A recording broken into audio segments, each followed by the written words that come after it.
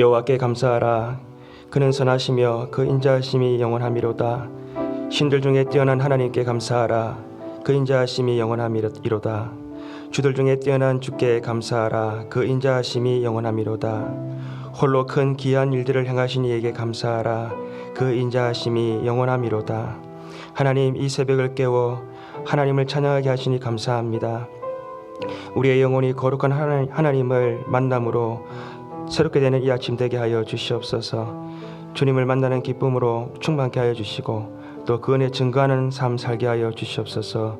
감사하고 우리 주 예수님 이름으로 기도합니다. 아멘.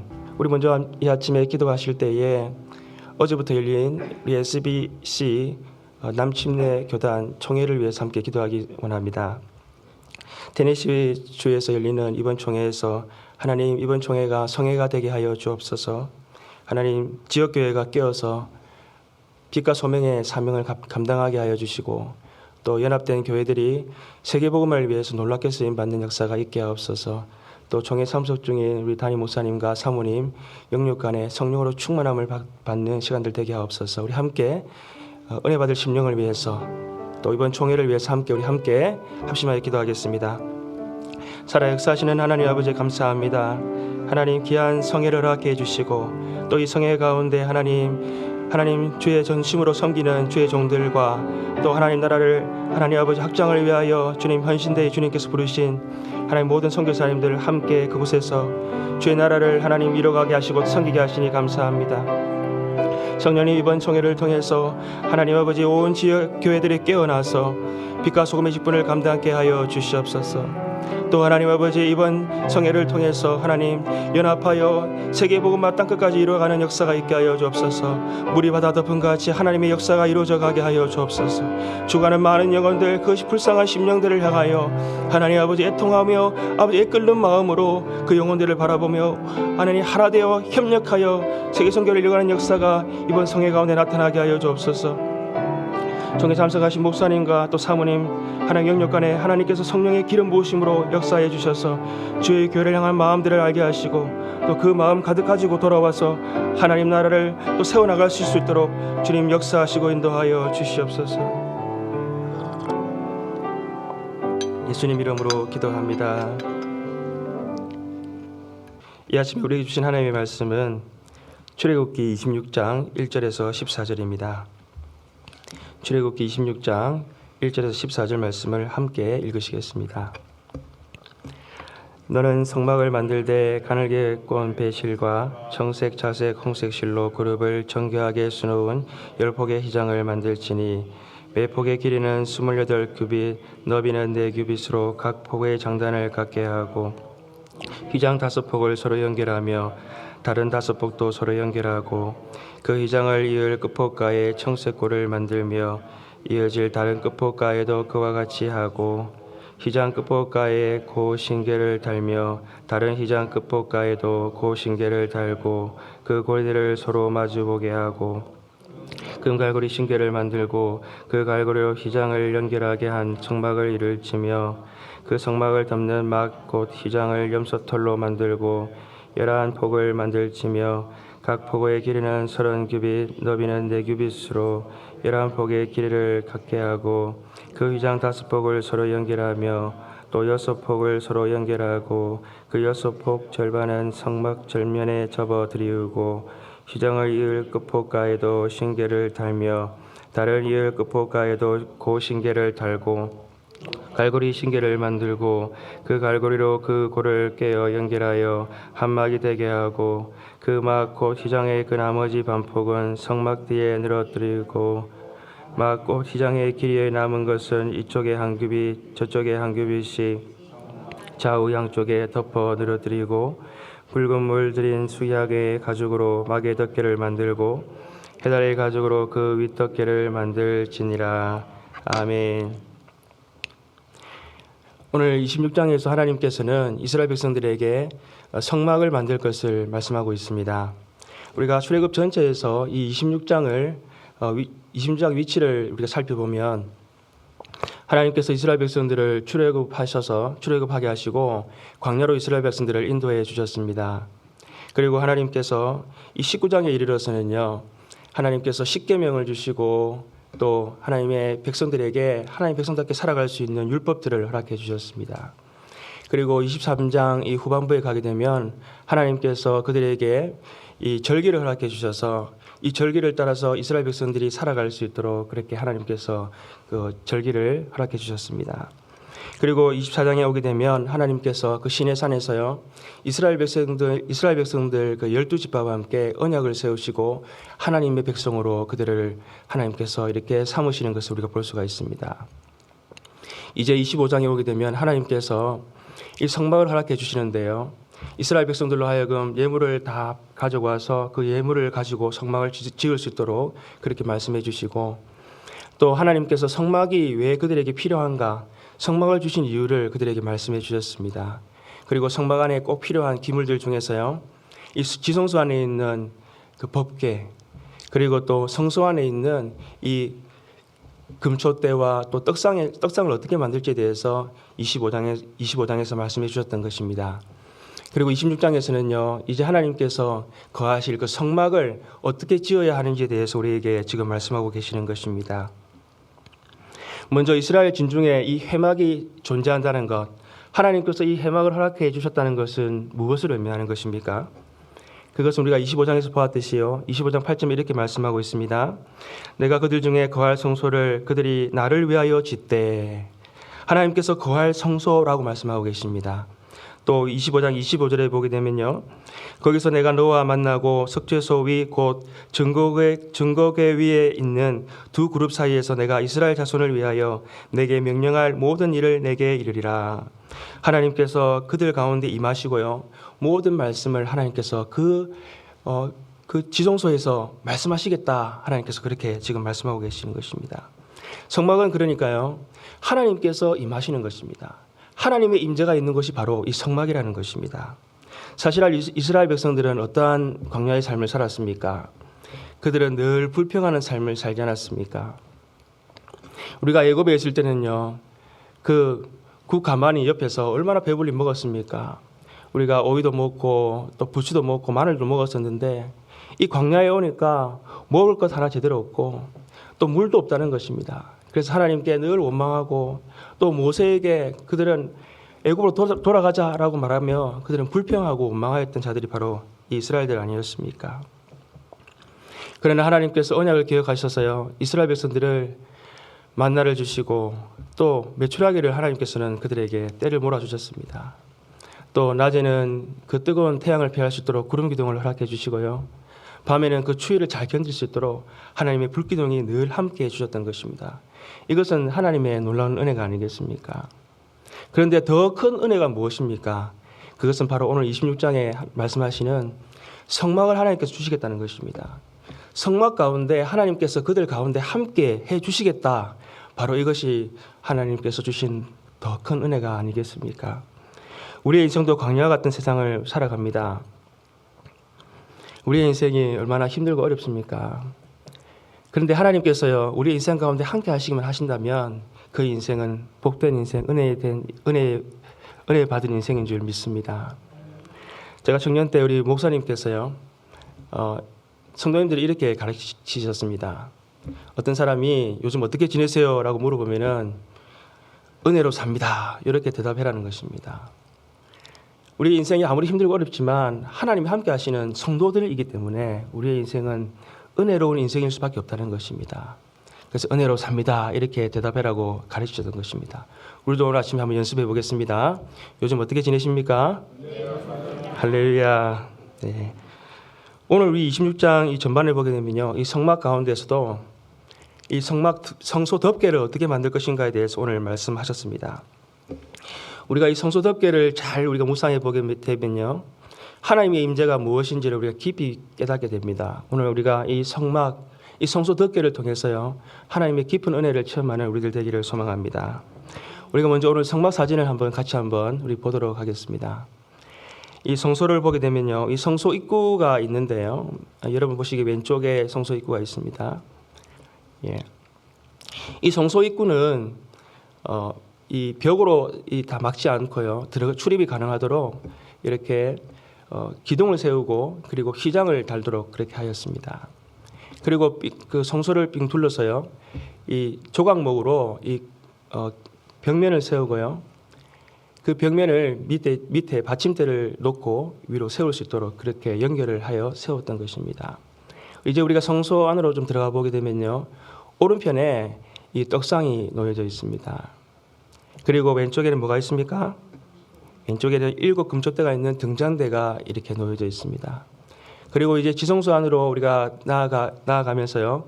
그 지성소와 성소 사이에 있는 휘장 앞에 바로 이 분향단, 향을 피워 올리는 이 분향단이 여기에 놓여져 있습니다. 그리고 휘장 너머에 있는 것이 바로 지성소이고요. 그 지성소 안에는 하나님의 임재하시는 바로 법궤가 있고 그 법궤 위에는 이 그룹이 날개를 펴고 두 개 양쪽에 이렇게 놓여져 있고요. 그 사이에 있는 것이 바로 덮개판, 속죄소가 되는데 그 속죄소에서 하나님께서 이스라엘 백성들에게 임하여 주시고 또 말씀하시고 그렇게 자정하셨던 곳이 바로 이 지성소 안이었던 것입니다. 자, 그런데 오늘 보게 되면 이 성소를 덮는 덮개가 있습니다. 몇 겹으로 되어 있는 것 같습니까? 예, 4겹입니다. 4겹. 네, 그림으로는 조금 보기 힘드시지만 4겹입니다. 그래서 우리가 오늘 1절 말씀을 먼저 한번 가서 제일 안쪽 덮개를 어떻게 만들어야 되는지 오늘 말씀하시는 것을 읽어보도록 하겠습니다. 우리 다 같이 한번 1절 말씀 한번 읽어보도록 하겠습니다. 너는 성막을 만들되 가늘게 꼰 배실과 청색, 자색, 홍색 실로 그룹을 정교하게 수놓은 10폭의 휘장을 만들지니. 아멘. 우리가 이제 하나님께서 이 첫 번째 안쪽 성소 덮개를 만드는데요. 그 덮개를 가늘게 꼰 배실과 그리고 청색, 자색, 홍색 실로 이렇게 정교하게 그것을 만들고요. 짜서 만들고 그리고 그 위에 그룹을 수놓아서 이렇게 정교하게 수놓게 하였습니다. 여러분, 우리가 성소 안에 들어가서 우리가 만약에 이 성소 안의 모습을 본다면 어떠한 모습이겠습니까? 청색, 홍색, 자색 실이 이렇게 보이고요. 그리고 그때 아름답게 이렇게 조화를 이루고 있고 또 하나님의 임재를 상징하는 이 그룹이 보일 것입니다. 그리고 또 왼쪽에는 이 금촛대가 보이는데요. 이 금촛대의 모습이 무엇이라고 했었습니까? 그렇죠. 이 금촛대의 모습은 바로 살구꽃 형상이라고 했었습니다. 7개의 촛대가 있는데 그 7개의 촛대마다 이 살구꽃의 그런 받침대와 그런 줄기들이 보이는 그런 살구꽃 형상이라는 것입니다. 여러분, 우리가 성소 안에 보이는 이 모습들은 무엇을 우리에게 연상하게 만듭니까? 하나님의 임재가 있고요. 또 아름다운 이러한 그 색채와 또 이 살구꽃이 있는 모습은 무엇을 연상하게 만듭니까? 그것은 바로 에덴 동산을 우리에게 보여주는 것입니다. 여러분, 하나님께서 이스라엘 백성과 아담과 함께 거하시던 그 바로 에덴 동산의 모습이 바로 이 성소 안에 보여지는 그런 모습과 비슷하다는 것입니다. 열왕기상 6장 29절에 보게 되면요, 솔로몬 성전을 어떻게 지었는가, 그리고 그 성소안을 어떻게 지었는가 말씀해주고 있는데요. 제가 읽어드리겠습니다. 내 외소 사방벽에는 모두 그룹들과 종려와 핀 꽃 형상을 아로 새겼고, 그러니까 금으로 입혀진 이 성소안이요, 그 안에 무엇이 있었냐면 그룹들, 하나님의 임재를 상징하는 그룹들이 새겨져 있었고, 그리고 종려나무가 새겨져 있었고요, 또 꽃핀 그러한 형상들이 새겨져 있었다는 것입니다. 에덴 동산의 모습들을 이 성소 안에서 재현하였던 것입니다. 에덴 동산의 모습은 하나님과 함께하는 그러한 곳이었습니다. 그러나 아담의 범죄로 말미암아서 에덴 동산의 모습은 이 세상에서 사라지게 되었습니다. 그 형상이 다 깨어지게 된 것이죠. 왜 그렇습니까? 죄로 말미암아서 이 아담이 에덴 동산에서 쫓겨났기 때문입니다. 여러분, 죄의 삭수 무엇입니까? 사망입니다. 즉 하나님과 분리된 인간, 하나님과 완전히 단절된 인간은 사망에 이르게 된 것입니다. 로마서 3장에서 말씀하듯이 우리 사람은 더 이상 하나님을 찾지도 않고 알지도 못하고 또 하나님을 예배하지도 않는 그러한 삶을 살아갑니다. 즉 하나님과 전혀 무관한 삶을 살아가는 것이 이 세상 사람들의 모습이라는 것입니다. 사람들은 죄짓기에 빠르면서요, 그러나 하나님을 더 이상 두려워하지 않는 것이 에덴 동산의 모습이 사라진 이 세상의 모습이라는 것입니다. 이스라엘의 모습이 그러했습니다. 이스라엘 백성들이 애굽에 살 때요. 그들은 그 애굽에서 종살이하면서 그들은 그 힘든 노역과 고역 가운데 그들은 살았습니다. 아브라함을 통해서 하나님께서 이스라엘 백성들을 하나님의 선민들로 불러주셨지만 그들은 그 언약을 잊어버리고 그곳에서 노예와 같이 살았던 것입니다. 그러나 하나님은요, 그 이스라엘 백성들을 기억하셔서 그 애굽의 압제 가운데 그들을 출애굽시켜 주시고요, 그들을 하나님께서는 인도해 주셨습니다. 그리고 오늘 이제 하나님께서 성막을 그들에게 주시고 하나님께서 그들 가운데 함께 하시는 그러한 인생들로 하나님께서 바꾸어 주시게 된 것입니다. 2절에서 6절 말씀을 또 한번 다 같이 읽어보겠습니다. 시작. 매 폭의 길이는 28규빗, 너비는 4규빗으로 각 폭의 장단을 갖게 하고 그 휘장 5폭을 서로 연결하며 다른 5폭도 서로 연결하고 그 휘장을 이어 끝폭가에 청색골을 만들며 이어질 다른 끝폭가에도 그와 같이 하고 휘장 끝폭가에 고 신계를 달며 다른 휘장 끝폭가에도 고 신계를 달고 그 고리들을 서로 마주보게 하고 금고리 신계를 만들고 그 갈고리를 휘장을 연결하게 한 성막을 이룰지며. 아멘. 여러분, 이 10폭의 덮개 휘장을 가지고 한 폭을 만들어라고 말씀하고 있습니다. 이 한 폭은요 90cm 그리고 한 13m 정도 되는 그러한 길이의 한 폭의 휘장이었습니다. 그런데 이것을 10개를 한 폭으로 만들기 위해서요, 먼저 5개를 한 세트로 해서 그것을 5개를 이었습니다. 그리고 그 5개 끝에는 50개의 그 고리를 달았습니다. 그리고 나머지 5폭도 이어서요, 또 50개의 고리를 달아서 그 2세트를 하나로 연결할 수 있게끔 만들었던 것입니다. 그러니까 큰 한 폭의 그러한 휘장 덮개가 된 것입니다. 그리고 그것을 통해서 그것을 이제 성막을 완전히 덮을 수 있도록 그렇게 하셨던 것입니다. 여러분, 성막은 무엇을 상징합니까? 오실 예수 그리스도를 상징합니다. 제약된 세상 가운데 산 성전이 되어 오신 분이 바로 예수님이십니다. 요한복음 2장 19절에 보게 되면요, 예수께서 대답하여 이르시되 너희가 이 성전을 헐라 내가 사흘 동안 일으키리라, 이렇게 말씀하셨습니다. 이 말씀은요, 예수님께서 유대인들이 그 46년간 지었던 그 성전을 의미하는 것이 아니라 바로 예수님 몸이 성전이라는 것입니다.